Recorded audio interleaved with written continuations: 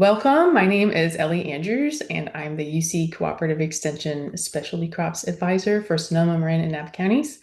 And I'm hosting this Table Grapes webinar today with Chris Chen, who's the Viticulture Systems Advisor for the North Coast area, um, Mendocino, Lake, and Sonoma counties. Did I get that right? Yeah, okay. So thank you so much, Chris, for being here. Chris knows so much about grapes, and I'm really excited for this presentation. So we'll start off with Chris's presentation, and then we'll have plenty of time for Q&A. So Chris, would you prefer people to interrupt as they have questions, or would you prefer it if people hold on to their questions and ask at the end? Let's do questions at the end because we can get really far into a separate subject if we don't. Okay, that sounds great. So if you could please hold your questions to the end. If you have a bad memory like me, you're welcome to throw it in the chat and I can keep track of them and make sure, during the Q&A we do cover everything. So that's an option as well, if you want. Okay, so thank you so much for being here, everyone, and take it away, Chris. Thanks, Ellie. Thanks, everyone, for showing up. I'll start off by doing a little caveat. Like 99% of the grapes where I work in Sonoma, Mendocino, and Lake County are wine grapes. I have done work in table grapes in the San Joaquin Valley. I had a friend who passed out in a very hot vineyard and landed in a puddle with frogs in the middle of the desert. So I have experience with it, but I think this is kind of a general overview of everything you need to know to grow table grapes, and I just wanted to start with that so you have an idea. We're not going to get into the nitty-gritty of anything too particular or too challenging, but we can do that in questions. Yeah. Okay. So table grapes, just all grapes that we grow in California especially are usually one or two species. We use them for food, wine, jellies, jams, juice, raisins, all the things. Anything that says grape on it is made out of either Vitis vinifera or Vitis labrusca. And Vitis labrusca is Concord grapes. Concord grapes are unique, and I'll get to them later. But the vast majority of grapes that we grow in California and on the West Coast are Vitis vinifera. And again, they're used for everything. Anything that says grape or it claims to be a grape tends to come from one of these two. So we'll go over each of them a little bit. Vitis vinifera, this is probably what you see and what you grow. It's a vast majority of what is grown in vineyards, regardless of wine, table, or raisin grapes. Um, it also has the most variability because we like it so much. So I think there's like a recorded 13, 14,000 unique cultivars, but I always am a little more conservative with my estimate and say there's about 10,000 because sometimes people call the same thing different names in different places. So about 10,000 cultivars of Vitis vinifera used for all those purposes I mentioned before. And they can be generalized into what we grow them for, right? So wine grapes, table grapes, raisin grapes. We don't usually make jams and jellies out of these. I've seen one person in my career incorporate dried vinifera seeds ground up into bread because when you dry them and grind them, they smell like caramel popcorn. I don't know if that's like healthy or not, but it smells good, so that's cool. And then we have Vitis labrusca, which is Concord. This is one of the only native North American grape species that we use for food production, and only because it has good grapes. There are like a couple hundred different kinds of wild grapevines in North America. Um, Most of them make really bad fruit or no fruit at all. Sometimes they have irritants in their fruit that makes your throat itchy or close up. It won't kill you. I've eaten them just to see what they're like, and it's like if you have a mild food allergy. But that's for everybody. It's not just for me. So Concord doesn't do that, luckily. So we grow it. We grow it quite a bit. And it's tolerant to a lot more of the local North American pests and diseases than Vitis vinifera is. Partially because vinifera comes from a completely different place, right? It comes from the Caspian Sea area in Europe and East Asia? Yeah. Um, but Concord comes from North America, so it co-evolved with all these different pests and diseases. And we still grow it today because it doesn't need a rootstock. It grows like crazy, and most people use it as pergola coverage. Initially, we were growing it for wine. Like when it became large scale production, it was used for wine, but Prohibition kind of ended that. During Prohibition, nobody wanted to buy them. I'm not sure why specifically Concord really fell off the map, but it did. And today use it for juices, jellies, jams, whatever. Any candy that says grape flavor is Concord flavored, and it's a really different flavor than Vitis vinifera. When I was a kid, I would eat like grape Jolly Ranchers, and I was like, this doesn't taste like the grapes I buy in the store. It's because it's not, it's a different species.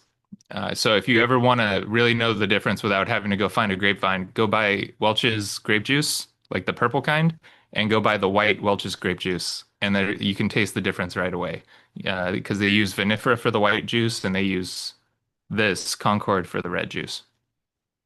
Um, but yeah, that was the original purpose of Concord, and they started using it as flavorings and jellies pretty quickly after it stopped being used as a wine grape.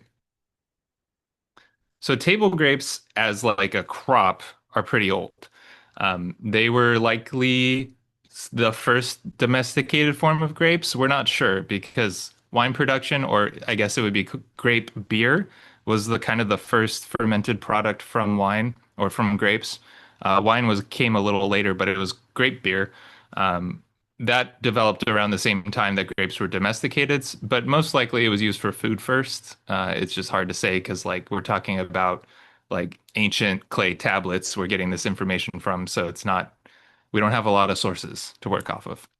So they were first domesticated sometime around 8000 BCE, around the Caspian Sea region. Every country surrounding the Caspian Sea will likely lay claim to the first domesticated grapevine. So I just like to say that region is where we think it was first domesticated. Uh, Grapes have been around a long time, right? 8000 BC, almost 10,000 years. They're one of the oldest cultivars. Oh, sorry, we have a bunch of old cultivars. They don't go back 10,000 years, but they do go back probably 1,000 years or more. One of them is Muscat of Alexandria. This is a very strange table grape. It is both a weak growing grapevine and a huge crop producer, which seems like it's completely unsustainable, but it grows pretty well no matter where you plant it. There are a bunch of other cultivars you could consider ancient and go back like thousands of years in some cases. These are often grown in the region where grapes were first domesticated. The vinifera was first domesticated. So Turkey, Greece, other Mediterranean regions. There's a lot of grapes there that never made it to the United States because we didn't want them. And part of that is because most of them have seeds. And I'll talk about seeds next, but seeds are contentious issue with table grapes, at least in my world. Maybe not in yours. And then we have modern cultivars. Modern cultivars are developed mostly for flavor and shelf life. The A lot of them have been developed in the United States. They are more and more mimicking the sweetness and texture and crunch of apples. And they almost certainly have to be seedless to sell on the market these days. It's one of the distinguishing traits that we have of modern table grapes is that they are seedless. That's pretty weird because it's a genetic fluke, right? Most consumers in the US prefer seedless grapes because they're easy to eat. There's a lot of sugar. It's kind of like candy, right? It's like fruit candy. At least in a wine grape cluster at harvest, there's more total sugar content in a wine grape cluster than a Hershey's chocolate bar. Table grapes tend to be a little less sweet, but still, you can imagine that's a sugar kick, right? And if you don't have to spit out seeds, that makes it a lot easier to just keep eating sugar. But the seedlessness of grapes, that was an accident, most likely. That's how they reproduce. Grapevines don't grow true to seed, so every seed on a cluster is a different grapevine, potentially, if you grow it out. But in the past, there must have been some grapevine that was both self-pollinating and produced seedless grapes. And today, the oldest one that I know of, there might be older ones in the old world vineyards, but the oldest one that I know of that we can get our hands on here is Black Corinth. Black Corinth is has other names. There's Zante Currant. Sometimes people call them champagne grapes, and you'll see them in the store. They have really tiny berries. This picture is one that I took at UC Davis of a not quite totally ripe black currant because it'll darken in color over time.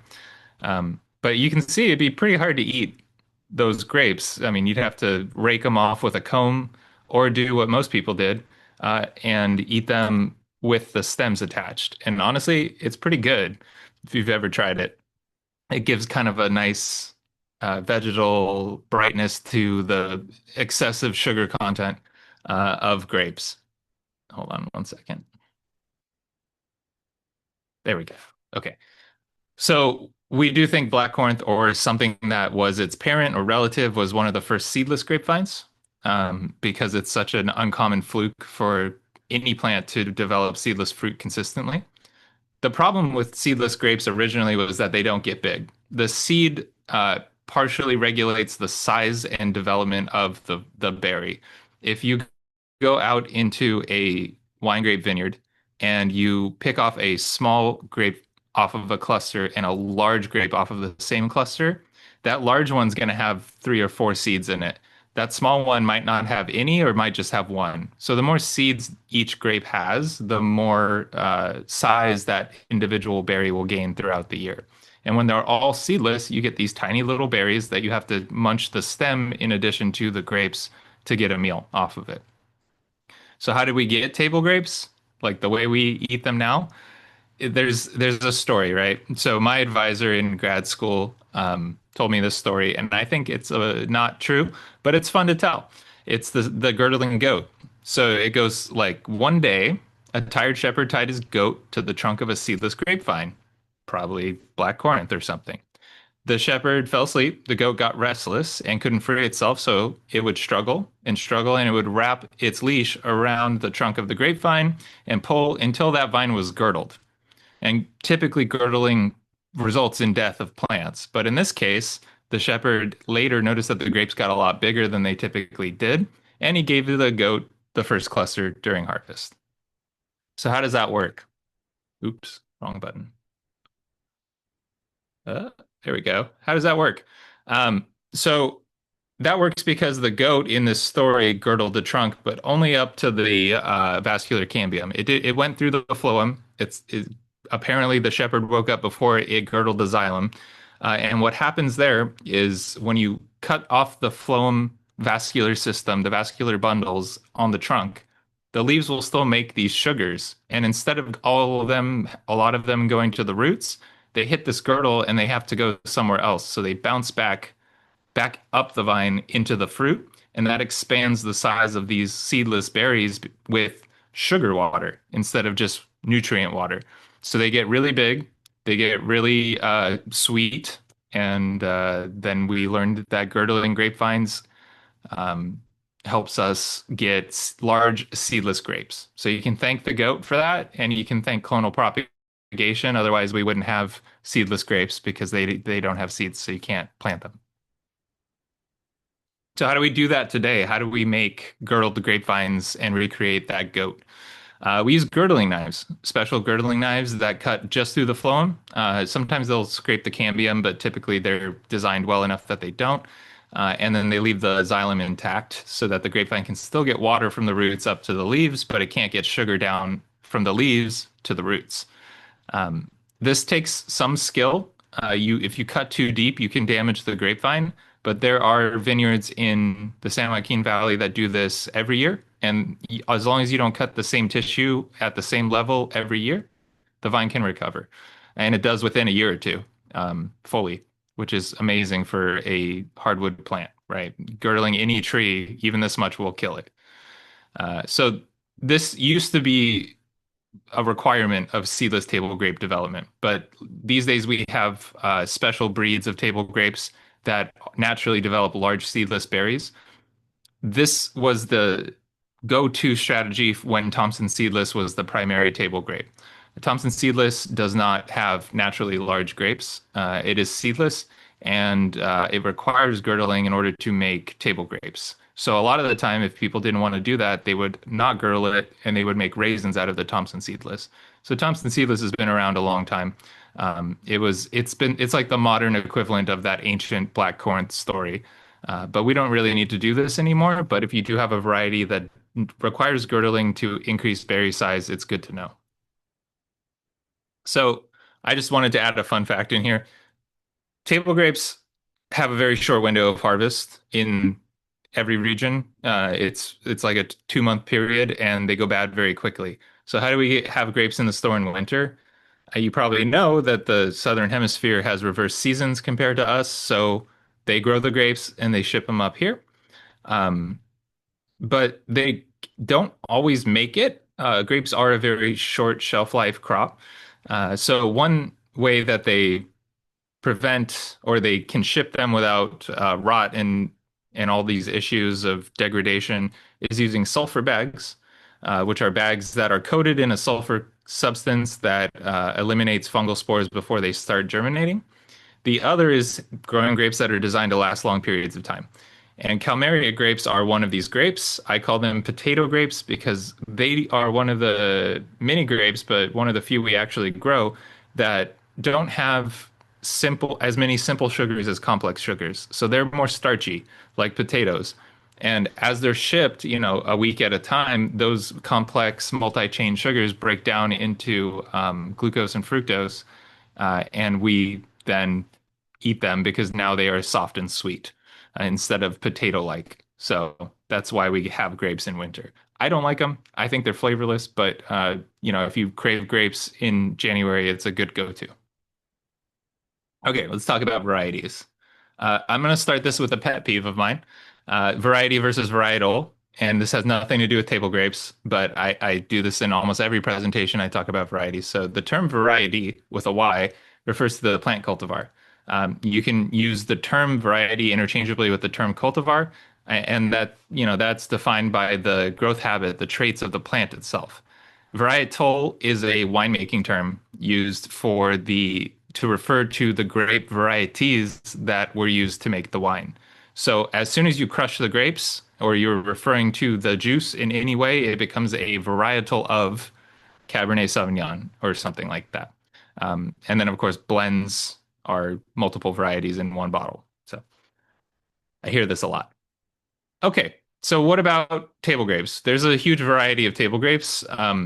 There are 10,000 plus grapevine species or grapevine cultivars within Vitis vinifera species.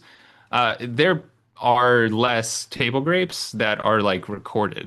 There are probably a lot more than this, but we have a recorded few hundred of them. In California, we only grow around 50 commercially, but there are a lot more in other parts of the world that we don't have here. Most of these other varieties are grown in other continents, right? Like Europe, Middle East, Asia, some in Australia. But mostly we have I guess you could call them designer table grapes here. In California, out of all the acres it's around 800,000 acres of grapes in California. About 17% of it, or 120,000 acres, is table grapes. And this is a large scale production thing for most people. Table grapes have a market that fluctuates very, very rapidly and very inconsistently during summer. If you're first on the market and you have grapes before anyone else around you, you get the best price. Same thing with last on the market. If you are harvesting last, you get really good prices. If you're harvesting in the middle of harvest season and trying to sell the grapes then, your price drops pretty rapidly because everyone has grapes then, right? But you can find the majority of these grapes in the San Joaquin Valley, both the north and the south parts of the San Joaquin Valley and everything in between. Um, and it's like 50 varieties, and probably 12 of them make up most of it. But what do I have here? Nine of them. These are the nine that had more than 2,000 acres to them in California. So they all have fun names, right? A lot of autumn names. Autumn Crisp, Autumn King, Autumn Royale, Crimson Seedless, Flame Seedless, Ivory, Red Globe, Scarlet Royale, Blanc Seedless. Uh, like 6 out of 9 of these are seedless varieties because they make money. And the rest of them, or a lot of them, were developed by a joint effort of USDA Table Grape Breeding Program in Parlier and CSU Fresno. And they release new ones every few years. Sometimes they're well adopted, sometimes they disappear. Cotton candy grapes are one of those. I think they're called moondrops now. Moondrops are also one of those. You'll see those in the store for like a 2 to 3 week period in summer. Moondrops used to be called witches' fingers, but they weren't selling, so they renamed them. Okay, so what about other table grapes? There's a bunch of other kinds, and they're kind of regional. There's Italia, you can guess where that's from. Muscat of Alexandria, could probably guess where that's from too. And then there's a bunch of others that I'm not even going to try to pronounce. But the one that I really wanted to highlight here is Sultana, which is kind of how we pronounce that, and that is the precursor to Thompson seedless. So somebody a while ago took this grape, Sultana, and they brought it to the US. They planted it and probably selected a clone that was good for their region, and they renamed it Thompson Seedless, and it's the same grape. But that's, a rare case. A lot of these never leave their home countries or their home regions where they were bred originally. A lot of them also are used as both table and wine grapes, partially because the United States has a really high demand for high alcohol wine, and not most other places of the world that don't. And table grapes don't have enough sugar to make a high alcohol wine. So, if you're looking for an 8% wine that you can drink at dinner every night, you typically would want to use a table grape variety, not a wine grape variety. So, what do you want to grow? That's the question. It's always the question. Um, Most of these varieties, not just the ones I listed, but almost all vinifera table grapes grow well in California. This picture is one that I took at UC Davis while I was teaching students how to identify table grapes. Um, yeah, so you can plant most of them because they're all vinifera. Obviously, some will do better in some places and worse in other places. One of the biggest issues with table grapes is humidity and fungal pathogens. Because they're such large clusters, usually they're pretty dense clusters because you want more grapes per cluster to sell at a higher weight. And people like to see that in the store if they're buying, a bag of grapes for $12. They don't want a bunch of stem and rachis.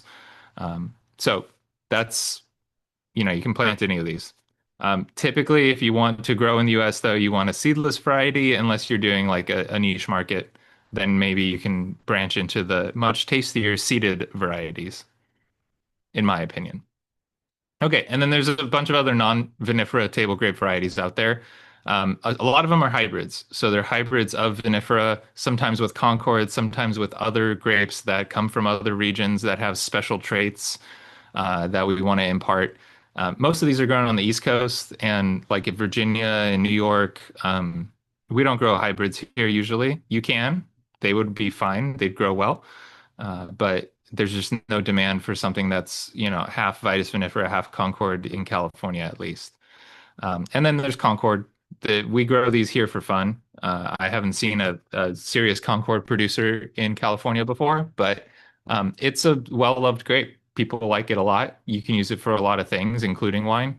And it's got a fun slip skin to it too, which is the name for the trait where a ripe berry, if you pick it off the vine and you squeeze it, the inside will just pop out, and the skin will be left in your hand, and the inside, the flesh and the seeds will be on the floor or on the table or whatever.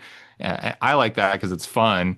Also because they look like little eyeballs, and that's always entertaining to me because when I'm teaching students, I'm like, oh, look, a little eyeball, and they have a good time with it.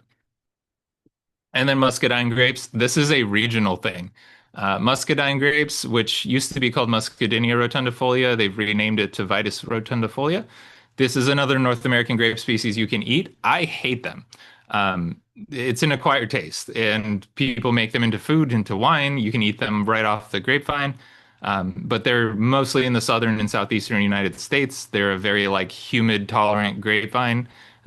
They look like the fake Christmas grape ornaments that you can buy at the store to put around things. Like they look like they're made of porcelain. But you can smell them before you see them during the growing season. They're one of the only aromatic grape species that we grow for food. And if you're ever around a muscadine vineyard, just go check it out. It's pretty cool. Again, like a niche market thing, and definitely an acquired taste. It's got a flavor to it. So in California, what I go with, I'd go with Vitis vinifera, some kind of table grape that's Vitis vinifera. I'd probably go with a seedless one if I want to sell it. If it's just for me, I'd probably pick seeded grapes though, just because I like their flavor better. A lot of them have more complex flavors than seedless grapes. Seedless grapes most of the time are just sweet. Seeded grapes can have floral notes to them. They can have like tobacco-y notes to them.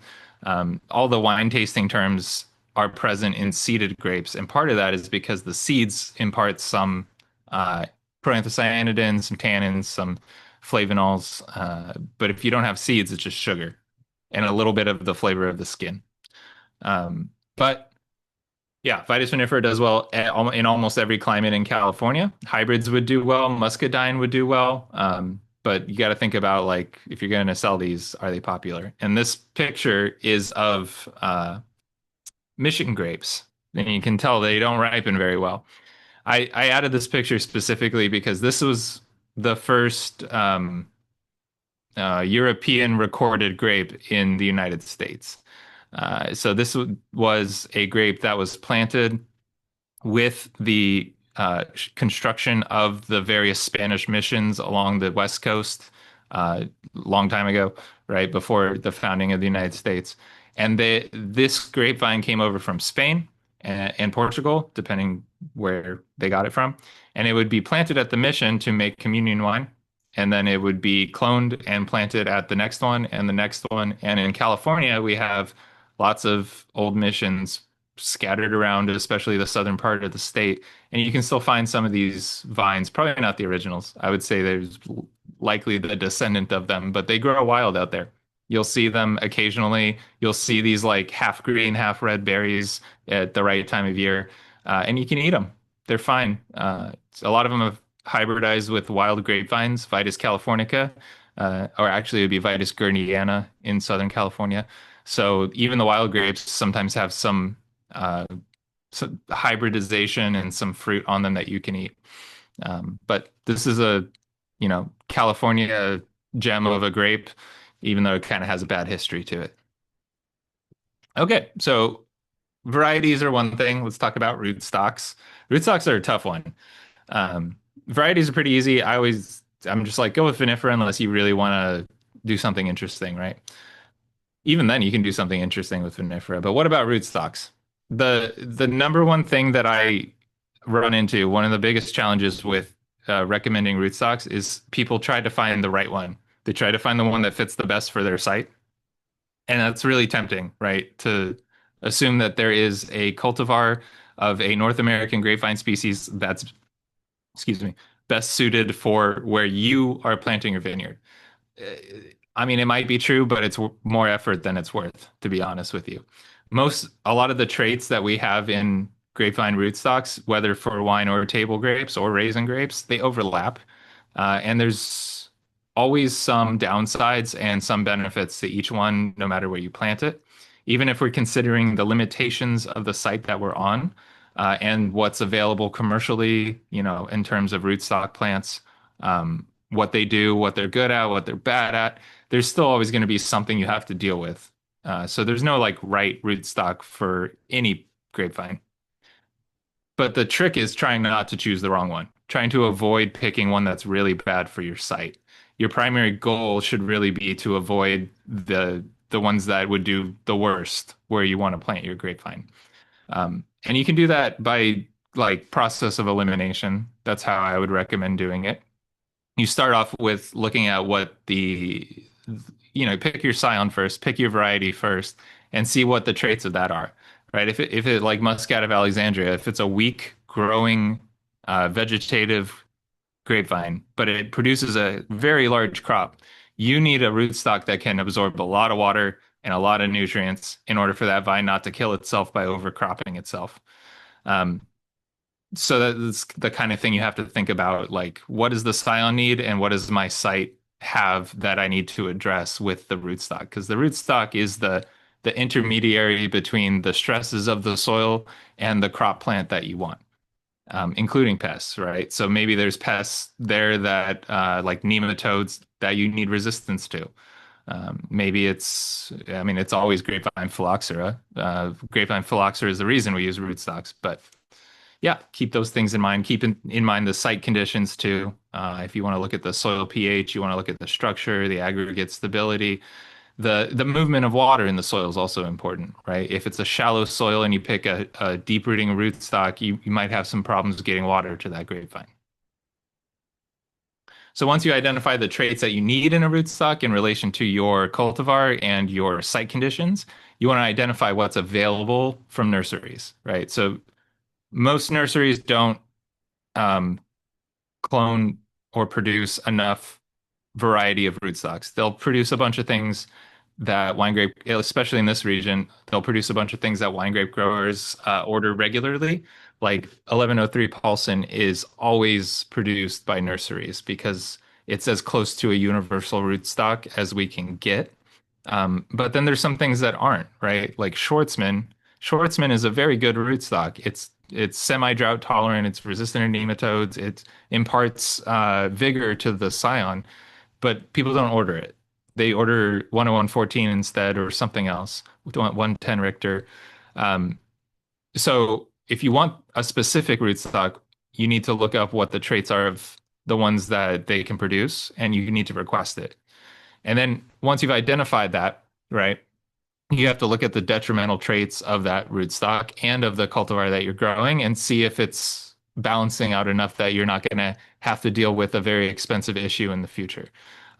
St. George is the best example. St. George is probably the oldest rootstock, maybe except Riparian Gloire. But it is St. George is just the wild grapevine that we decided was a rootstock. It's Vitis rupestris. It's a really good generalist rootstock. It's you can dry farm it, you can put it in really bad soils. It can grow a grapevine from scratch to a huge grapevine, no problem, and it's tolerant to grape phylloxera, but it can't handle any nematode damage, almost any at all.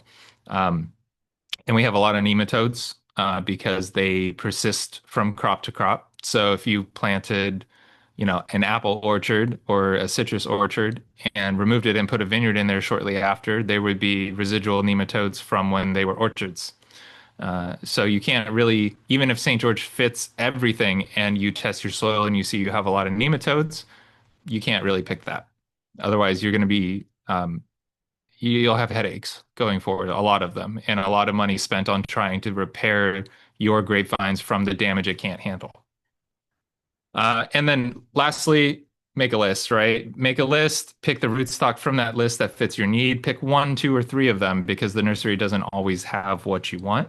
Um, and then, try to identify the one that has the least amount of downsides based on your given situation. And remember, nothing's perfect, right?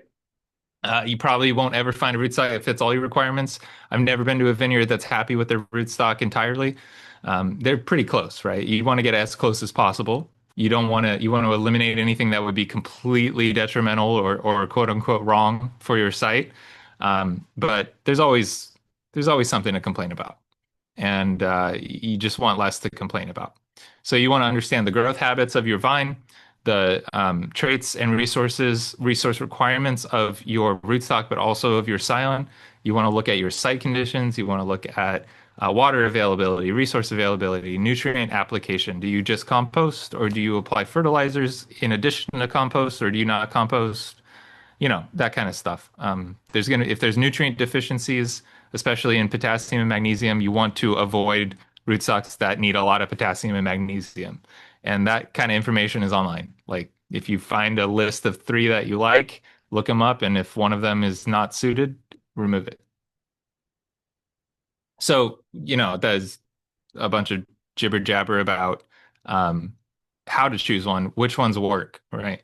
So unfortunately, most table grape production in California is massive. It's on a huge scale. There's not a lot of small producers. There are a few, but there's not a lot. And part of that is because it's not profitable in the markets that exist today. It might be profitable in like a smaller scale, like a farmer's market scale or a local co-op scale, but not selling to Kroger, to Safeway, to whatever else, like Costco. And you need a huge amount of volume for that. So these recommendations are based off of large scale table grape production, but they hold true because those large scale table grape producers actually need the grapevines to be exceptionally healthy for a very short period of time relative to the expected lifespan of a vineyard, because they replace them so often. In wine grapes, these are the common rootstocks. I'm not going to name them all, but some of them overlap with table grapes. And part of the reason for that is because we've used the same three parent rootstocks to breed new grapevine rootstocks for the past 50 years or so. Um, there's been some switching it up here and there, but a lot of these have two of three available parent rootstock species. So they overlap a lot, but they're specialized too in some cases. So with table grapes, the rootstocks you'll be able to find most easily in the North Coast are 3309C, 10114. Be careful with that one. 10114 is a shallow rooted rootstock. So you need to water it a lot, like in little short bursts, way more often than you think. Ramsey, not a fan of that either, really. Ramsey is very commonly used for table grapes, but it's very inconsistent from plant to plant. So, like one plant will grow very well, the next one will be half dead. That happens a lot, but it is a good table grape rootstock because it can tolerate a lot of the overproduction that table grapes are expected to go through. Another one that's easily obtainable up here is 1103 Paulson. I just like that rootstock. It's as close to a universal rootstock as we can possibly get. It can grow anywhere. It might not be like the best performing rootstock for your given site, but if you're at a loss of what to choose, that's a good, go-to. Um, and then there's a bunch of others. Harmony and Freedom. I wouldn't pick Freedom just because it has a propensity to decline rapidly and then kill the vine. But Harmony's without the E. Harmony, spelled like harmony, is a pretty common rootstock in table grape vineyards. So is 5BB and 5C. They're water hungry, but if you have water, they're good choices. And then Schwartzman, if you also have shallow, if you're going to pick 10114 because you have shallow roots, just go with Schwartzman. That would be my recommendation. Okay.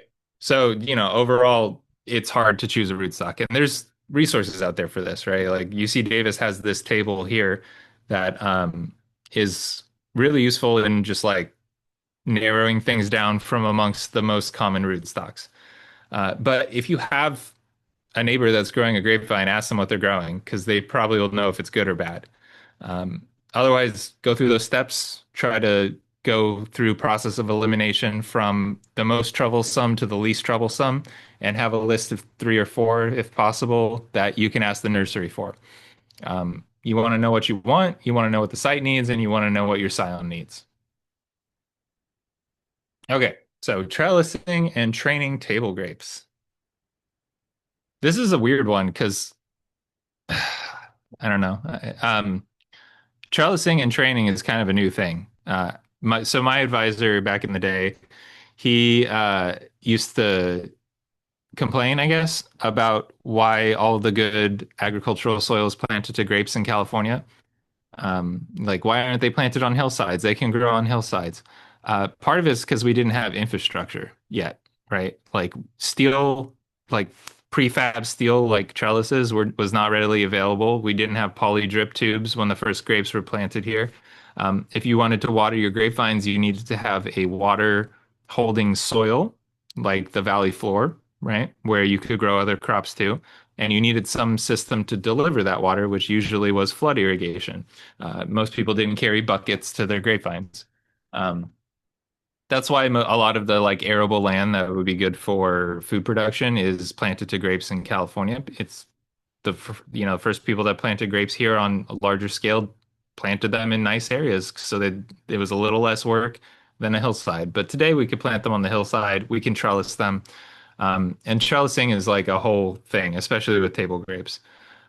The problem with table grapes, my biggest problem with them is they have to be as unblemished as possible when they go to market or they're sold in any way.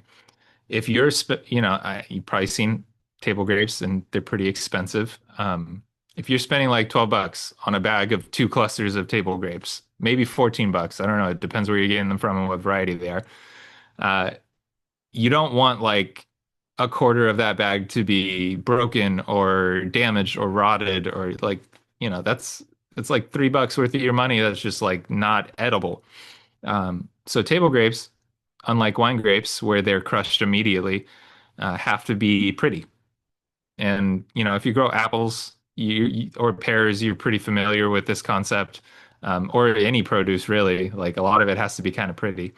Um, but table grapes are no exception to that. And the part of the issue is that they're really soft fruit, right? Like if you're harvesting them and you nick them with your shears, like the top grape on the top of the cluster, and it starts leaking down, by the time if they're not sold within a week, you'll get botrytis bunch rot in that cluster, and now you can't sell it. So you have to be really careful with them, and that goes throughout the entire growing season. You can't, in the middle of the growing season, you can't accidentally hit a cluster and leave it on there. You have to check if it's damaged, and if it is, you have to remove it, or at least cut out the damaged portion carefully. So when you're growing table grapes, um, you have some like unique considerations that you need to look at when you're designing your system. And I'm going to look at this from every scale, from like really large scale to like one grapevine. So we'll start with like what you should consider, right? What factors should you consider? The first is that the fruit has to be unblemished at harvest and being sold. Another problem, and related to that, is sunburn damage and pest damage. A lot of grapevines, a lot of table grape vineyards are well shaded. The fruit is well shaded because sun damage is very common in table grapes because they have a very thin skin. Compared to wine grapes, table grape skin is like paper. Wine grapes are like leather. Uh, and part of that is because we, as consumers, really want that crunchy apple experience when we're biting into a grape. It should be crisp. It should explode when you take a bite. And you can't do that if you have a thick skin on a grape. It should be really thin. So sunburn's a real problem. Pest damage is a real problem. Um, and still, you need sunlight to ripen them. So the compromise for most table grape growers is what ferns in the redwood forest do. They grow with fleck lighting, or the little light that gets through the canopy in the middle of the day for a couple hours. Um, that's what we do in table grape vineyards. We have them on these really high trellises. They're shaded really well, and they get like 2 to 3 hours of direct sunlight a day, and then that's it.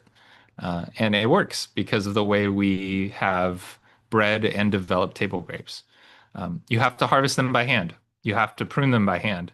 Harvest by hand is important because you can't damage them, right? And I'm sure you would harvest them by hand anyways, but a lot of people would like to harvest these by machine, and that's why AI and robots are such a big topic in viticulture right now. You've probably seen that video of the robot that like picks apples. It's ridiculous, but um, yeah, I get it, labor costs and all that. Uh, the other thing is pests and pathogens. If you see a lot of pests and pathogens in your table grape vineyard, especially if they're affecting the fruit, you need to remove them or get rid of them. And you have to do it quickly, or you have to harvest the grapes as soon as they become ripe before the damage is too severe. Um, there's a couple ways to do that. Typically, you want to control pests and diseases in some way. The go-to is sulfur uh, and a horticultural oil like neem oil rotation early in the season, and then continue to sulfur them until bunch closure, maybe a little bit after that. That really helps with reducing the pressure. And if you do get damage and you do get mildew or bunch rot, you have to remove those clusters quickly or they'll spread to other vines. Um, Unblemished, that's the key word. And you also have to have some easy access for workers to the clusters themselves, because if you're looking for these pests and pathogens, you need to cut out these things if possible. Maybe not the whole cluster, but you have to be able to access each cluster to make sure that they're not blemished or infected. So at the commercial scale, at the large scale, right? We're looking at a what's called a gable trellis system. And this is if you have like acres of table grapes. This makes it much easier to manage. It's even reasonable if you have like 4 or 5 short rows of them, only because the way they're designed allows the fruit to hang right in your face. It makes it real easy to manage. They create kind of like their own shade canopy. You can see it here in this picture I took. So the grapevines are allowed to grow up this like large V shape trellis system with wires and cross arms, and they grow all the way up until they touch, and then they're shading everything underneath them, except for a little bit of fleck lighting throughout the day. This works really well in hot climates where the sunlight's not as important for the ripening of the fruit. And you'll see in a couple other pictures I have, I think the last one, yeah, some of them don't grow, aren't allowed to grow all the way into like a closed canopy if it's a cooler climate table grape vineyard. They still need some of that direct sunlight, not only for heat, but also for ripening and development of different compounds in the skins, particularly. So, uh, this style, the gable style of trellising, both protects the fruit from direct sunlight damage. Well, and it allows you to manage the fruit pretty easily. As you can see, these grapes are really tall. They're like 8 feet tall. So the clusters are like at eye level for me, and I'm 6 feet tall. So you could just walk up there, you can see infection or pests right away and remove it, and you're done. Instead of squatting down to 4 feet and digging through a canopy with your hunched back to look for it. So pruning of this style is typically cane pruning, which means you remove the large shoots every year and you just leave one.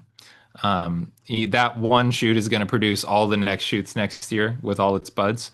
And this is really a pretty good practice, not just for table grapes, but also for wine grapes, because it removes a lot of the long-term permanent wood of the grapevine that would be habitat for fungal pathogens.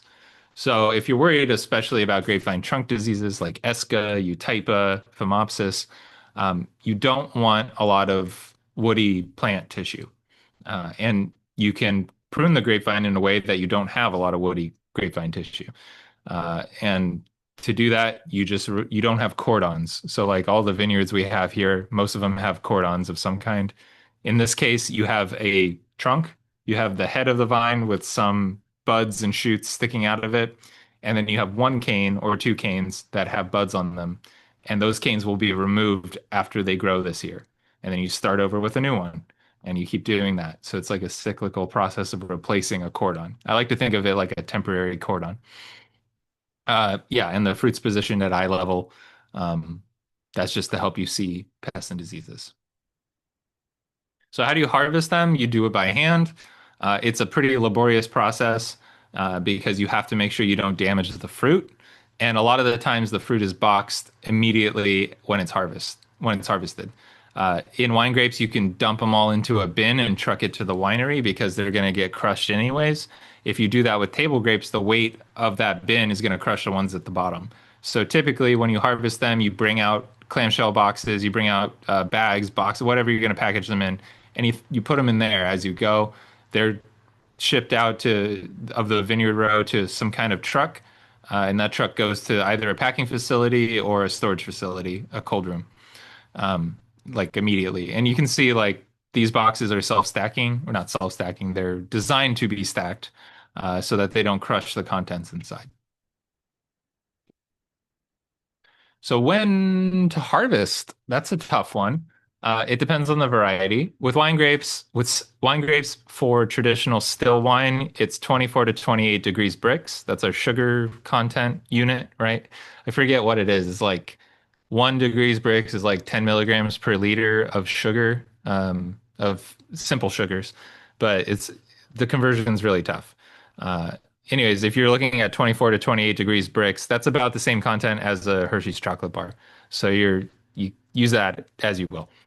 With table grapes, they're harvested earlier, usually around 18 to 20 degrees Brix, and part of that is because they want to avoid the risk of late season damage. When the grapes get more sugar content, it's simple sugars. It's not starches unless it's Calmaria grapes, which are all starch.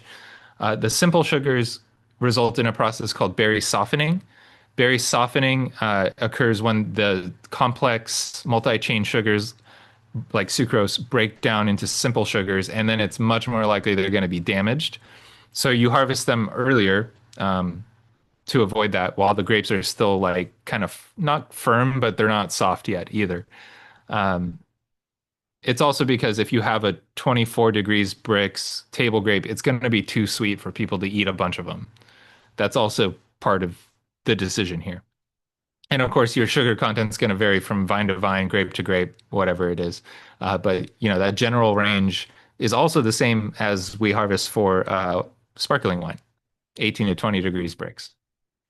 That's because they do double fermentation with sparkling wine and add sugar to it. But we don't do that with table grapes because they're fresh. And this is a video of a automated cart.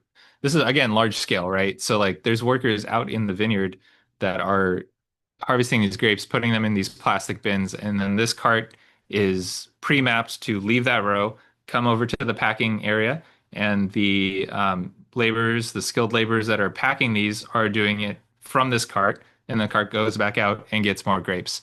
And then these boxes are sent to a packing facility shortly after. This cart is called a burro cart, by the way, burro. Uh, they're very expensive, but they're really cool, and I want one. So if you have one and you're not using it, let me know. So this is a packing facility. This is what a table grape packing facility looks like, and every colored box is a different type of grape that they're harvesting. This was in, sorry for the shakiness. I was just really having fun looking at the conveyor belt. But you can see how much labor this takes, right? It takes quite a bit of labor. Let me see. Can I mute this? Yeah, there we go. Oh, no. There we go. So it takes quite a bit of labor.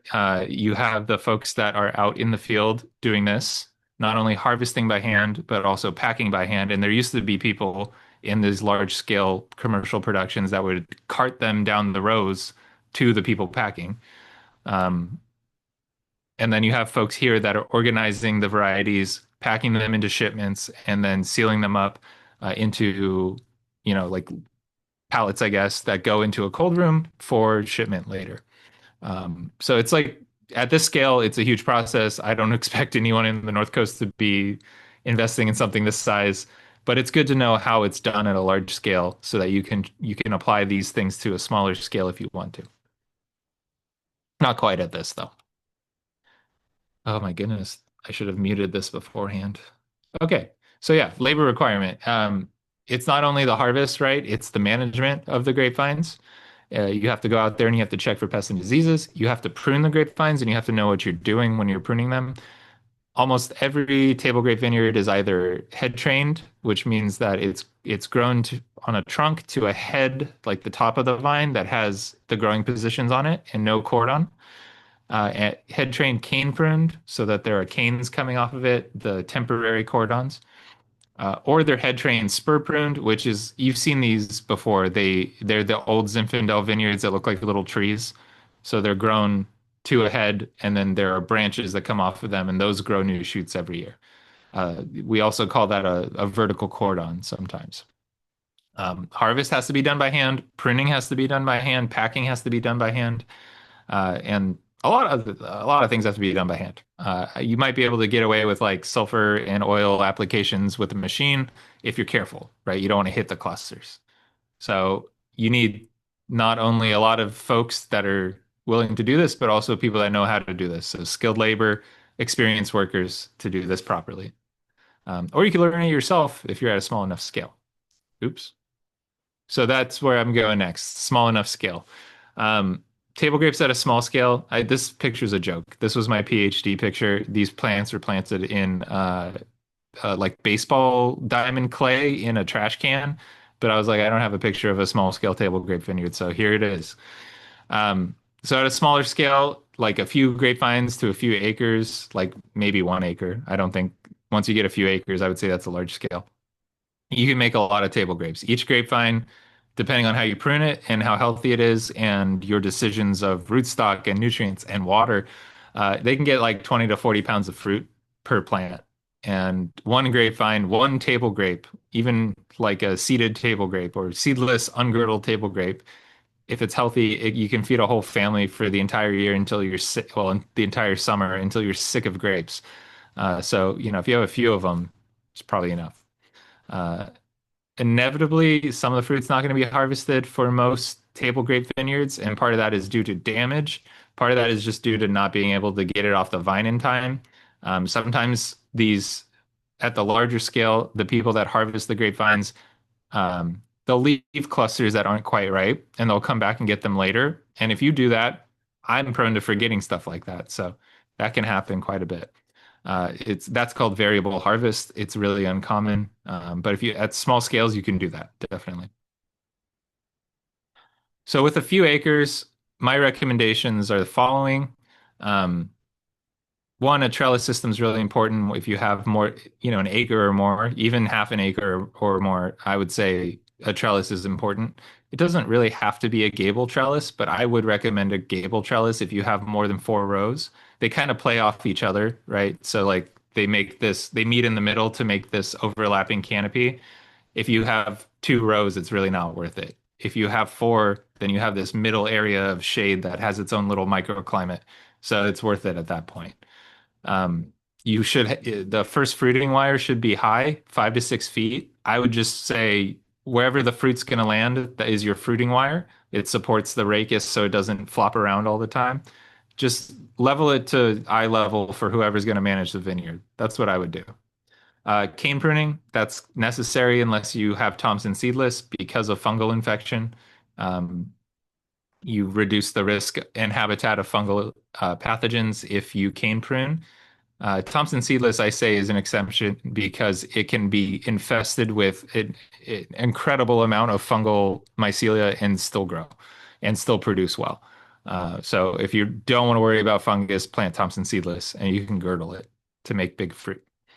Fungicides, sulfur oils, I mean, do it in spring at a regular interval, like every 10 to 14 days is typical. For table grapes, it can be shorter, like 8 to 10 days, just because they're pretty prone to infection.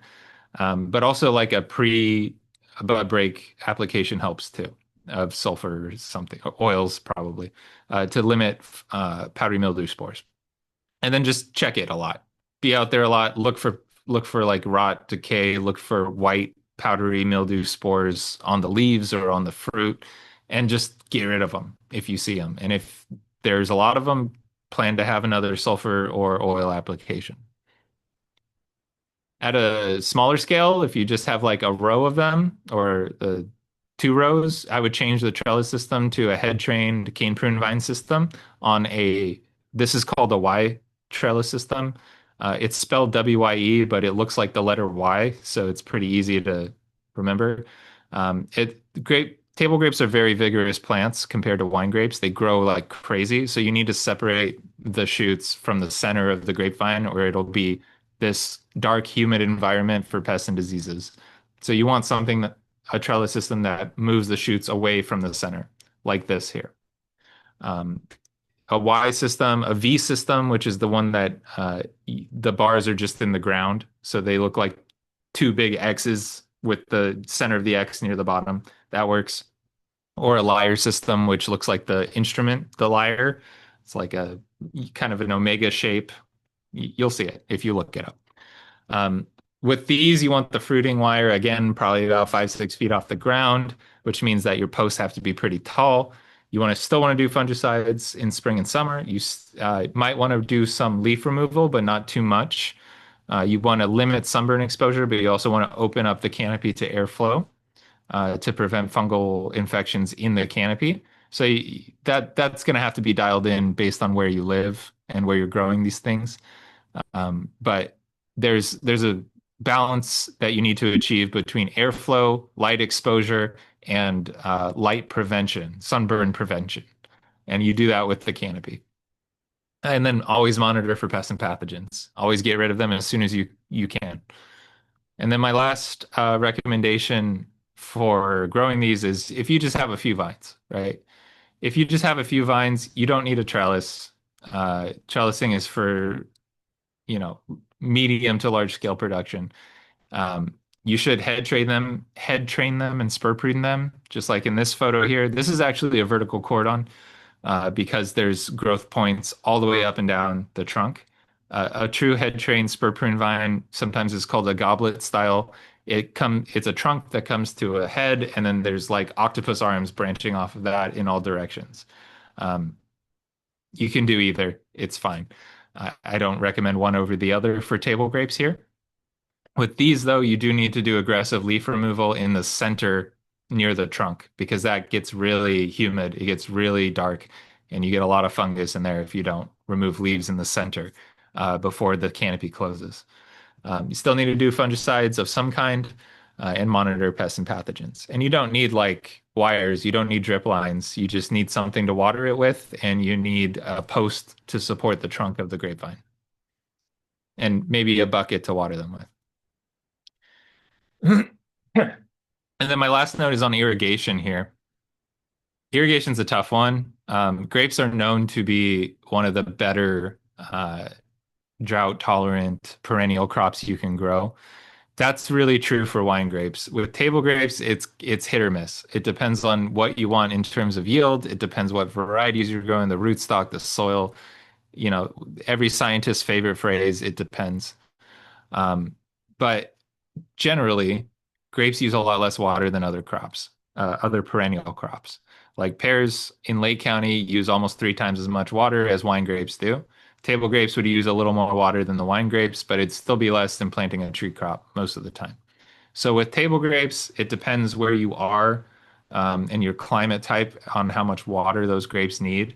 For cooler climates like the North Coast, 4 to 8 gallons per grapevine per week is usually enough. Um, if you don't care about like huge table grape yields, go with the lower end of that. If you want a lot of yields, go with the higher end of that. Um, just be careful not to overwater them too early after you plant them, or the roots will start rotting.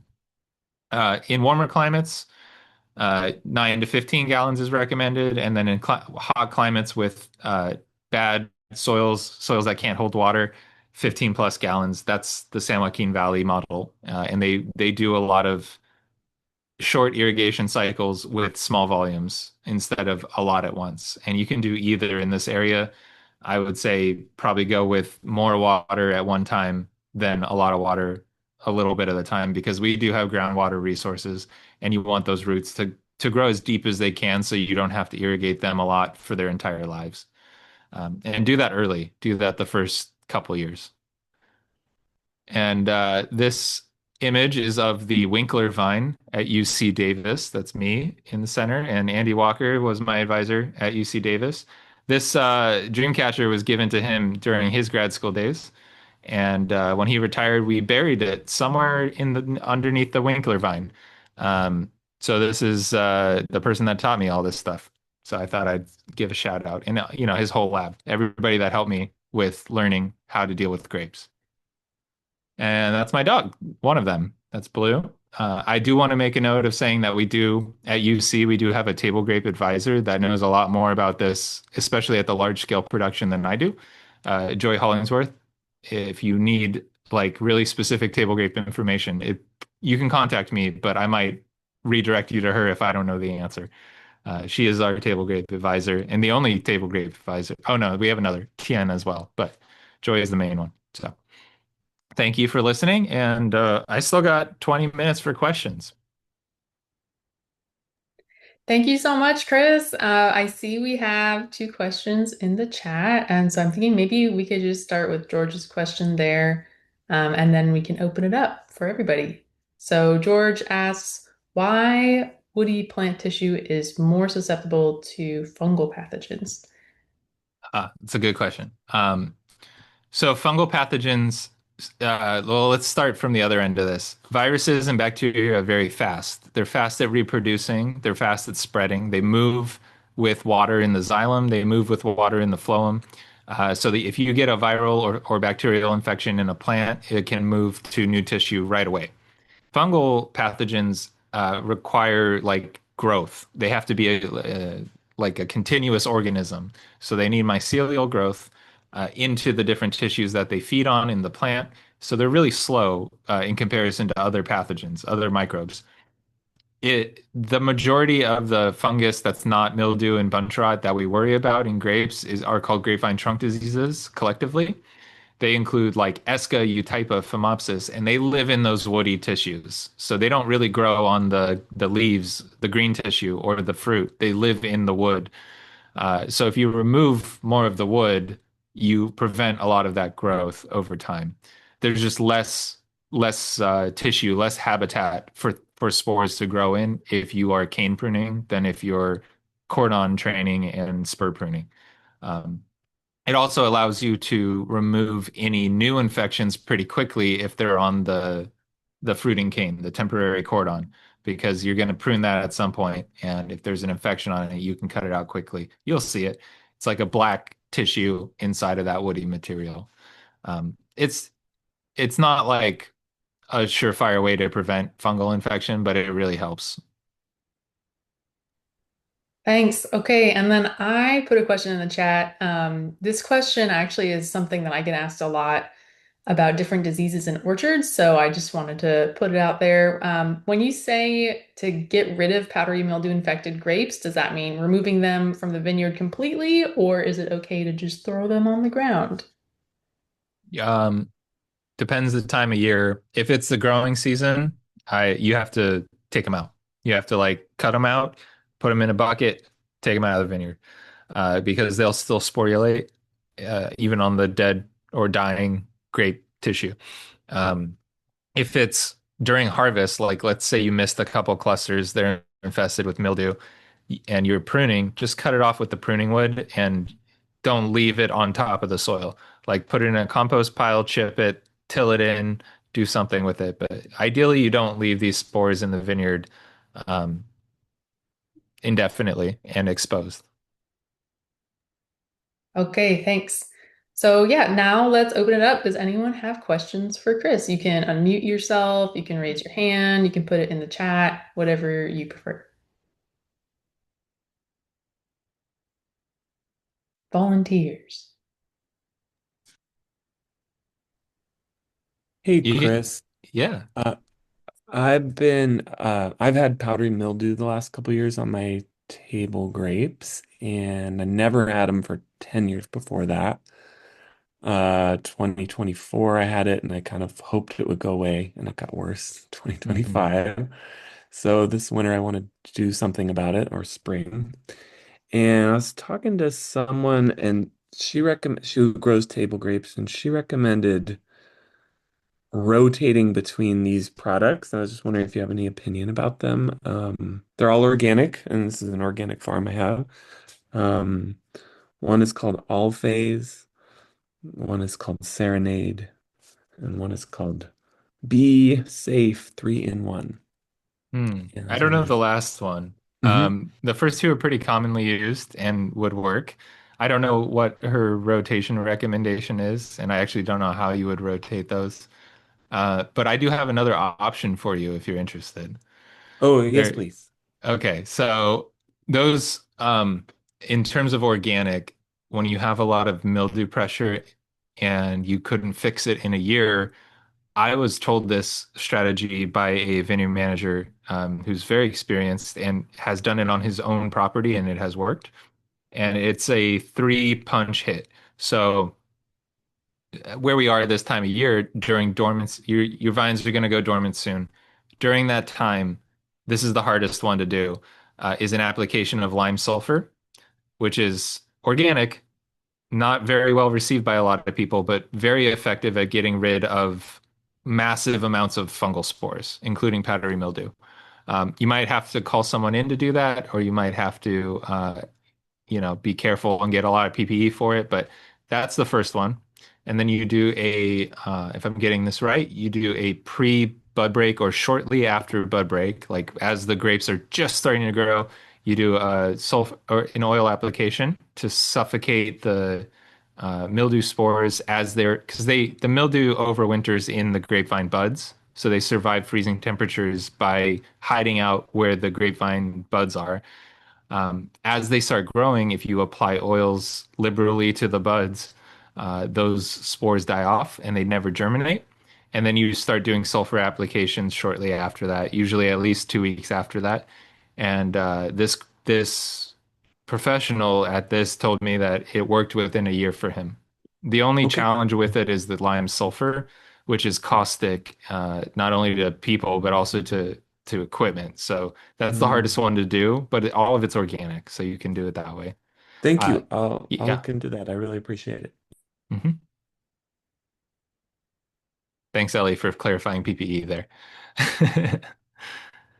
Let's see. We got questions in the chat. Any research done to support struggling vines making wines?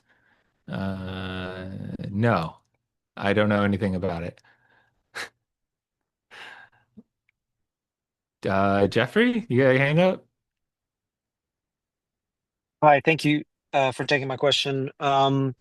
So I've been reading more about the innate resistance to fungal organisms that Vitis labrusca and the hybrids have between Hmm. vinifera and labrusca. And I wonder what the possibility would be to grow no spray labrusca or labrusca hybrids, because I'm just trying to get away from spraying completely. Yeah, you can 100% do that. You can do that with just plain Labrusca or some of the hybrids. Some of them are a little susceptible to mildew, botrytis, but pure Labrusca I've seen grown without fungicide applications, conventional or organic, in multiple places. Actually, at the vineyard at the college where I teach in Ukiah, we have a teaching vineyard that has three Labrusca vines and a bunch of other vinifera vines. And the vinifera always gets some kind of mildew. The Labrusca looks fine all the way up until the first rain event. So Mhm. yeah, it's very possible. I don't know about which hybrids or would do best, but I would say look at uh, Cornell University's research on that. They probably would have a recommendation or email like Hans Peterson. He would be able to tell you. Cool. Yeah, it seems like both Cornell and maybe University of Arkansas have done a bunch of breeding trying to get these fungal resistant Labrusca or Labrusca hybrids. Do all Labruscas taste like pure Labrusca? Do they all taste like Concord, or are there some that have different, tastes? Because viniferas can taste different. What do you know about that? They do have different flavors, especially the hybrids that are coming out of the southern United States are kind of unique. Okay. I'm not sh I know a lot of them still have a lot of the traits of Concord though, like flavor wise, they'll have that Concordy flavor, but also the slip skins, which makes it hard to do anything with them. They'll have a lot of seeds, they'll be tiny clusters, like, it just depends on the hybrid that you're getting. But most of the time, if it's a named hybrid that's grown somewhere in the East Coast or South, it's usable and it's functional. And you might need to apply fungicides on some of them, but some of them, like they're picked for a purpose and you can use them for food or wine production. That's great. Thank you. Yeah, in my home this year, which is such a bad powdery mildew year, the even though I was doing a organic rotation, all the Labrusca and the Labrusca hybrids look pretty impeccable, while the viniferas were just suffering, even though I was trying to follow a schedule. Yeah. Thank you. Yeah. No problem. Let's go back to the chat. Let's see. Where was I? Someone said, would you talk about sulfur type application? Oh, it says already answering. Use micronized sulfur, or also called wettable sulfur, in a backpack sprayer or a large air blast sprayer for table grapes, every 8 to 10 days. You can go up to 14 days. And if you're going to apply oils and sulfur in the same year, make sure they're at least 2 weeks apart, 14 days apart. Otherwise, you'll burn your plants.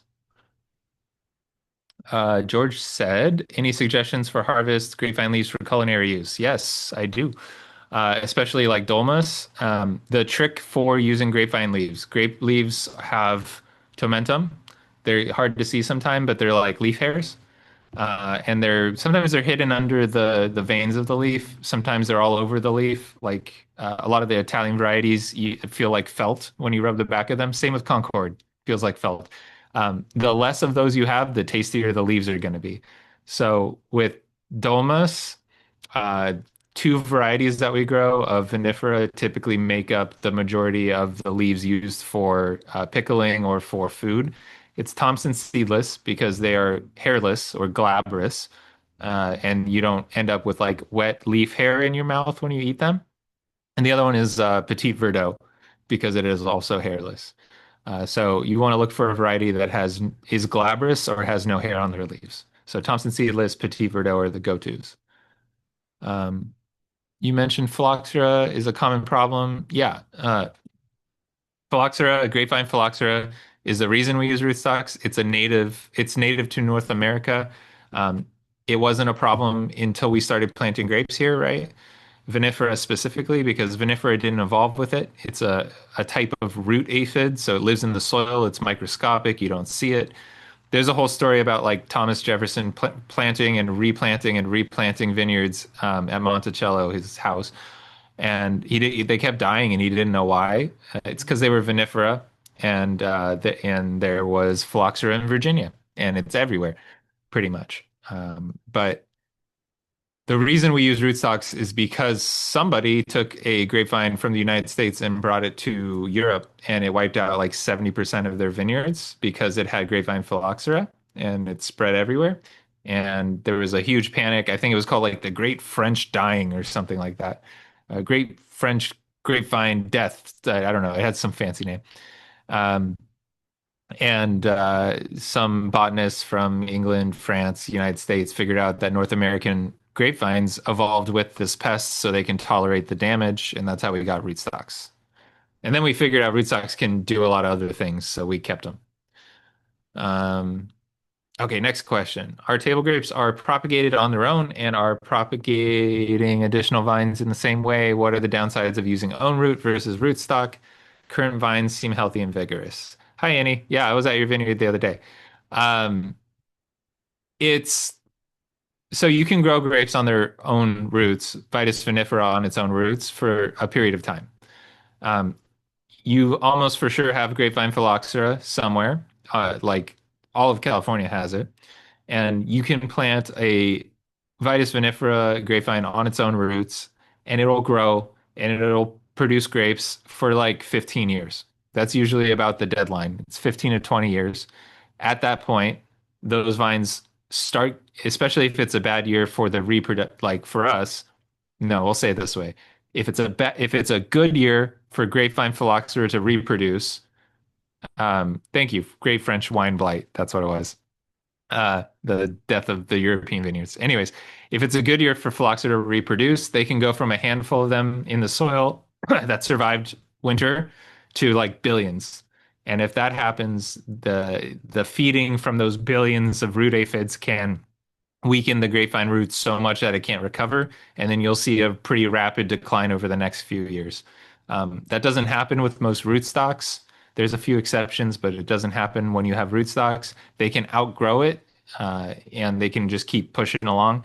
Vinifera can't. AXR1 rootstock cannot. Anything with grape Vitis vinifera as a rootstock or on its own roots will eventually collapse to grapevine phylloxera. But you get like 15, 20 years out of them usually. Um, Next question. Problem with honeybees breaking into table grape clusters. Yes. They do it with all varieties. I don't want to hurt them. Yeah, I get that. I don't know what to do about that one. That pests like the pests that eat the grapes specifically are a problem. Turkeys will come by and they'll eat an entire cluster at a time, and then they'll work their way through the whole vineyard if you don't stop them. I've seen a vineyard in Anderson Valley where a bear has been jumping, like climbing an oak tree, jumping a deer fence, and then eating all of the grapes in a corner every year. Um, Wood rats do this, gophers do this, birds do this, like starlings. Bees will do it. Bees will actually eat their way into a little cavity and then eat from the inside out because they don't like the skin as much. I don't, there's not much you can do about the bees. With the other animals, you can scare them off. There's like bird deterrents that work for a couple weeks, but they're not, once the birds learn that they're not really a danger, they don't pay attention to them anymore. Um, that's why with like animal deterrents, I usually recommend do not deploy them until you're close to harvest. At that point, it'll keep them away for 1 to 2 weeks, and you can harvest with as much crop as you possibly can. And then they'll learn and they'll pick everything else out after. If you do it too early, they learn too quick. But bees, I don't know. I have no idea. I'm sorry. And George, thank you. Yes, it was the Great French Wine Blight. And your question was, could you talk about the cold hardiness of different varieties? Yeah, that's important too, especially in this part of California, because there are so many like different mesoclimates all over California. Um, so there are a lot of varieties that are developed or bred or designed for their specific climate. So this is probably a little more evident with wine grapes because of how many countries over several hundred years have bred wine grapes for their region. And a lot of these were like monks or people that had a lot of time because it's not an easy process. But um, if you're going to develop or breed a new grapevine, you're going to make it work where you live. So most of the grapes that we have that are cold climate grapes come from Germany. A lot of the grapes that are hot climate grapes come from North Africa and southern Italy and Spain and Portugal. And then like the moderate climate grapes are the Bordeaux, the Rhone, the Burgundy varieties. So they've been around hundreds of years, some of them, and they're originally designed for their climate, right? Like Cabernet Sauvignon was designed to have loose clusters because it rains in Bordeaux in summer sometimes. And if you have a tight cluster when it's raining, you get fungus. So it allowed it to dry out after a summer rain.